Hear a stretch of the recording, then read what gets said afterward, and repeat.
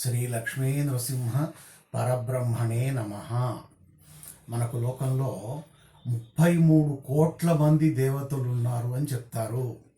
వారందరికీ నమస్కరించడం కంటే కన్న తల్లిని మించినటువంటి దైవం లేదు కనుక మాతృవందనం అనే దానికి మనం ఎక్కువ ప్రాముఖ్యతను ఇవ్వాలి.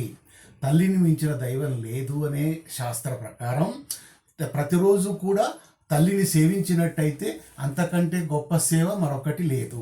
ఎట్లా అంటే భూప్రదక్షిణ షట్కేన రంగయాత్రాయుతేన చ సేతుస్నాన శతైర్యచ్చ తత్ఫలం మాతృవందనే.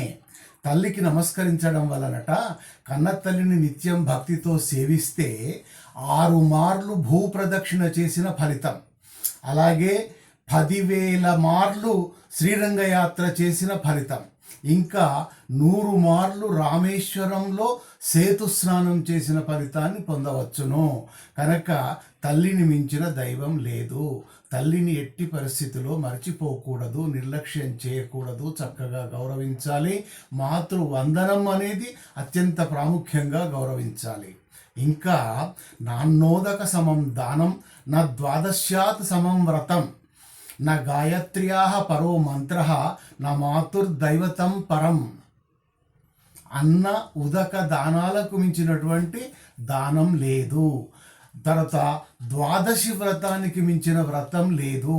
ద్వాదశి వ్రతం అంటే ఏమిటి అంటే ఏకాదశి రోజు పూర్తిగా ఉపవాసం ఉండి తెల్లవారి ద్వాదశి ఘడియలు దాటిపోక ముందు ఎవరైనా ఒక అతిథికి చక్కగా కడుపు నిండా భోజనం పెట్టి దక్షిణ తాంబూలాలు సమర్పించి ఆ తర్వాత తాను భోజనం చేయాలి. దీన్ని ఏకాదశి వ్రతం, ద్వాదశి వ్రతం అంటారు. ఇటువంటి వ్రతానికి అంబరీషుడు అనే చక్రవర్తి ప్రఖ్యాతిగాంచినవాడు. కాబట్టి ఈ ద్వాదశి వ్రతానికి మించినటువంటి వ్రతం లేదు.